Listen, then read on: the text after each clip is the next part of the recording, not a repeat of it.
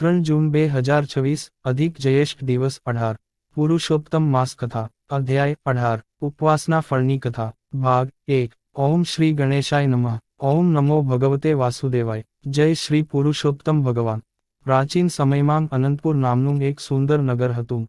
નગર સમૃદ્ધ હતું, પરંતુ ત્યાંના લોકોમાં ધર્મ અને ભક્તિ ધીમે ધીમે ઘટી રહી હતી. લોકો ધન, વૈભવ અને ભોગવિલાસમાં એટલા મગ્ન થઈ ગયા હતા કે ભગવાનનું સ્મરણ કરવા માટે સમય જ કાઢતા નહોતા. તે જ નગરમાં હરિદાસ નામનો એક ગરીબ બ્રાહ્મણ રહેતો હતો. તેની પત્નીનું નામ લક્ષ્મીબાઈ હતું. બંને અત્યંત ધાર્મિક અને ભગવાન પુરુષોત્તમના પરમ ભક્ત હતા. હરિદાસ રોજ સવારે બ્રહ્મ મુહૂર્તમાં ઉઠતો, નદીમાં સ્નાન કરતો અને ભગવાન વિષ્ણુની પૂજા કરતો. ત્યારબાદ ભિક્ષાટન કરીને પરિવારનું ગુજરાન ચલાવતો. ગરીબી હોવા છતાં તેમના ઘરમાં સંતોષ અને ભક્તિનો ખજાનો ભરેલો હતો. એક દિવસ નગરમાં એક મહાન સંત પધાર્યા. તેમની કીર્તિ દૂર દૂર સુધી પ્રસિદ્ધ હતી. લોકો તેમના દર્શન માટે ઉમટી પડ્યા. હરિદાસ પણ સત્સંગમાં ગયો. સંત મહારાજે પુરુષોત્તમ માસનો મહિમા વર્ણવતાં કહ્યું, હે ભક્તો, વર્ષના બધા મહિનાઓમાં પુરુષોત્તમ માસ સર્વોત્તમ છે. આ માસમાં કરેલું એક ઉપવાસ હજારો યજ્ઞોના ફળ સમાન છે. જે ભક્ત શ્રદ્ધાપૂર્વક ઉપવાસ કરે છે, ભગવાનનું નામ લે છે અને કથા સાંભળે છે, તેના જીવનના પાપો ભસ્મ થઈ જાય છે. આ વચનો હરિદાસના હૃદયમાં ઉતરી ગયા. સત્સંગ પૂર્ણ થયા પછી તેણે સંતને પૂછ્યું, ગુરુદેવ, હું ગરીબ છું. દાન આપવા માટે મારી પાસે કંઈ નથી. તો શું મને પણ પુરુષોત્તમ માસનું ફળ મળશે? સંત હસ્યા અને બોલ્યા, ભગવાનને ધનની જરૂર નથી, તેમને તો ભક્તિનો ભાવ જોઈએ છે. તું નિષ્ઠાથી ઉપવાસ કર, હરિનામ લે અને સદાચાર પાળ. તને જરૂર ફળ મળશે. હરિદાસે તે જ ક્ષણે સંકલ્પ કર્યો કે આખા પુરુષોત્તમ માસ દરમિયાન શક્ય તેટલા ઉપવાસ કરશે. ઘરે આવીને તેણે પોતાની પત્નીને વાત કરી. લક્ષ્મીબાઈએ આનંદથી કહ્યું, આપણે ગરીબ છીએ, પણ ભક્તિમાં ધનિક છીએ. ભગવાન જરૂર કૃપા કરશે. બીજા જ દિવસે અધિક જયેષ્ઠ માસનો પ્રારંભ થયો. હરિદાસે પ્રાતસ્નાન કરીને ભગવાન સમક્ષ દીવો પ્રગટાવ્યો અને સંકલ્પ કર્યો, હે પુરુષોત્તમ પ્રભુ, હું તમારી પ્રસન્નતા માટે આ વ્રત અને ઉપવાસ કરું છું. તે દિવસે તેણે નિર્જળ ઉપવાસ કર્યો. સાંજ સુધી શરીરમાં નબળાઈ આવી ગઈ, પણ મનમાં અદ્ભુત શાંતિ હતી. રાત્રે ભજન કરતાં કરતાં તેને ઊંઘ આવી ગઈ. સ્વપ્નમાં તેણે એક દિવ્ય પ્રકાશ જોયો. તે પ્રકાશમાંથી ચારભુજાધારી શ્રીહરિ પ્રગટ થયા. ભગવાને કહ્યું, હે હરિદાસ, તારી ભક્તિ મને પ્રિય છે. તું ઉપવાસ અને ભજન ચાલુ રાખ. સવારે હરિદાસ આનંદથી જાગ્યો. તેને લાગ્યું કે ભગવાને તેની પ્રાર્થના સાંભળી છે.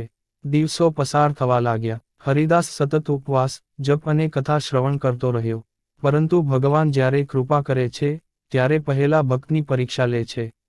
એક દિવસ ભિક્ષા માટે આખું નગર ફર્યો છતાં તેને એક દાણો પણ મળ્યો નહીં. સાંજે ભૂખ્યા પેટે ઘરે પાછો આવ્યો. ઘરમાં પણ ખાવા માટે કંઈ નહોતું.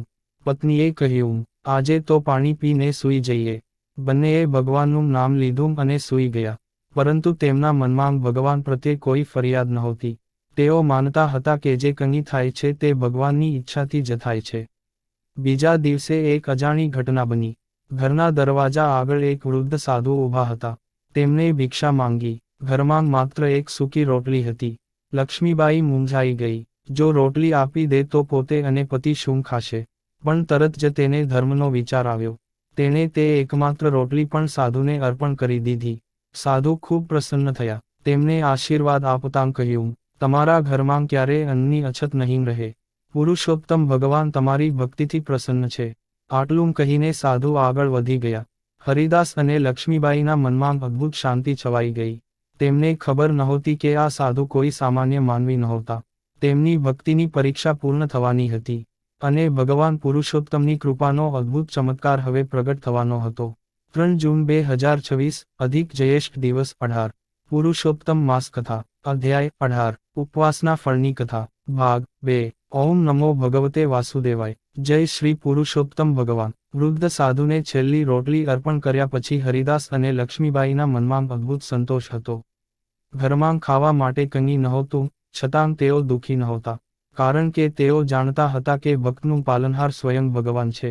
તે રાત્રે બંનેએ ભગવાન પુરુષોત્તમનું સ્મરણ કરતાં કરતાં વિશ્રામ લીધો. મધ્યરાત્રિનો સમય હતો. અચાનક હરિદાસને એક દિવ્ય સ્વપ્ન આવ્યું. તેણે જોયું કે અનંત પ્રકાશથી સમગ્ર આકાશ ઝગમગી રહ્યું છે. તે પ્રકાશમાંથી શંખ, ચક્ર, ગદા અને પદ્મ ધારણ કરનાર ભગવાન પુરુષોત્તમ પ્રગટ થયા. તેમના મુખ પર અદ્ભુત કરુણા અને તેજ હતું.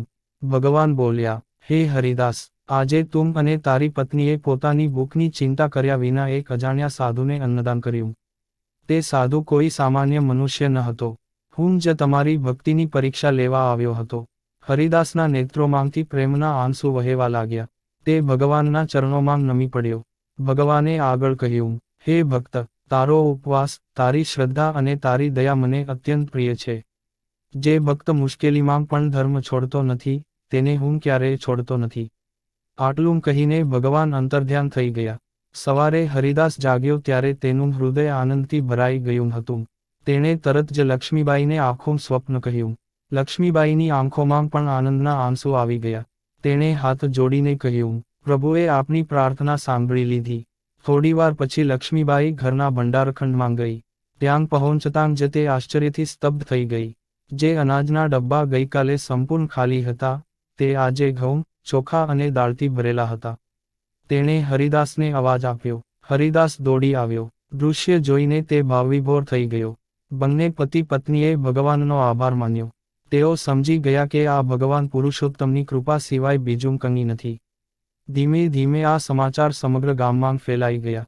લોકો આશ્ચર્યચકિત થઈ ગયા. જે લોકો હરિદાસની ગરીબીની મજાક ઉડાવતા હતા, તેઓ હવે તેના દર્શન કરવા આવવા લાગ્યા. ગામમાં એક ધનિક શેઠ રહેતો હતો. તેનું નામ ધનપાલ હતું.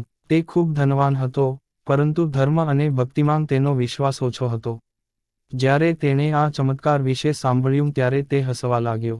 તે બોલ્યો, ખાલી ભંડાર આપોઆપ ભરાઈ જાય એવી વાત હું માનતો નથી. આ કોઈ બનાવટી કથા હશે. પરંતુ ભગવાનને ભક્તનો અપમાન ગમતો નથી. થોડા જ દિવસોમાં ધનપાલના જીવનમાં મુશ્કેલીઓ શરૂ થઈ. તેના વેપારમાં ભારે નુકસાન થયું. ગોડાઉનમાં રાખેલો માલ બગડી ગયો. નોકરો કામ છોડીને જવા લાગ્યા.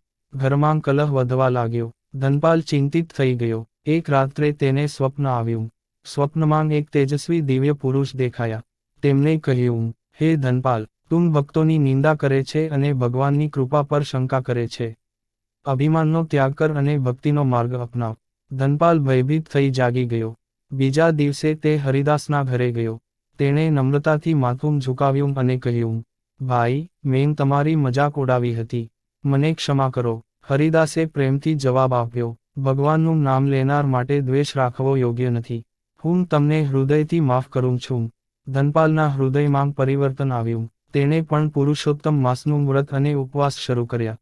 હવે ગામમાં દરરોજ સાંજે ભજન અને કીર્તન થવા લાગ્યા. સ્ત્રી, પુરુષ, વૃદ્ધ અને બાળકો સૌ ભેગા થઈ ભગવાનનું સ્મરણ કરતા. ગામનું વાતાવરણ પવિત્ર બની ગયું. થોડા દિવસો પછી ગામ પર એક નવી આપત્તિ આવી. આકાશમાં વાદળો દેખાતા નહોતા. ખેતરો સુકાવા લાગ્યા. તળાવો અને કૂવાઓમાં પાણી ઘટવા લાગ્યું. દુષ્કાળનો ભય ઊભો થયો. ગામના લોકો ચિંતિત થઈ ગયા. ત્યારે હરિદાસે સૌને કહ્યું, આપણે સૌ ભેગા થઈ ભગવાન પુરુષોત્તમની શરણમાં જઈએ. સાચા હૃદયથી પ્રાર્થના કરીએ. ગામના લોકોએ તેનો ઉપદેશ સ્વીકાર્યો. 3 દિવસ સુધી સતત હરિનામ સંકીર્તન, ઉપવાસ અને પ્રાર્થના કરવામાં આવી. ત્રીજા દિવસે સાંજે અચાનક આકાશમાં કાળા વાદળો છવાઈ ગયા. વીજળી ચમકી, ગર્જના થવા લાગી, અને થોડા જ સમયમાં ધોધમાર વરસાદ વરસવા લાગ્યો. સમગ્ર ગામ આનંદથી ઝૂમી ઉઠ્યું.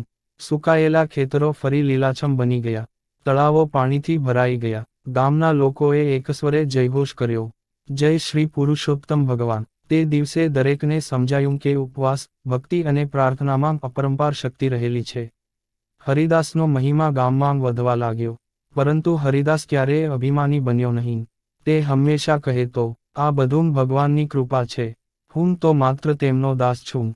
સમય પસાર થતો ગયો. પુરુષોત્તમ માસ પૂર્ણ થવાનો સમય નજીક આવ્યો.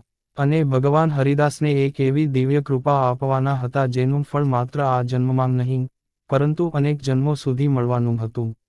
જય શ્રી પુરુષોત્તમ ભગવાન.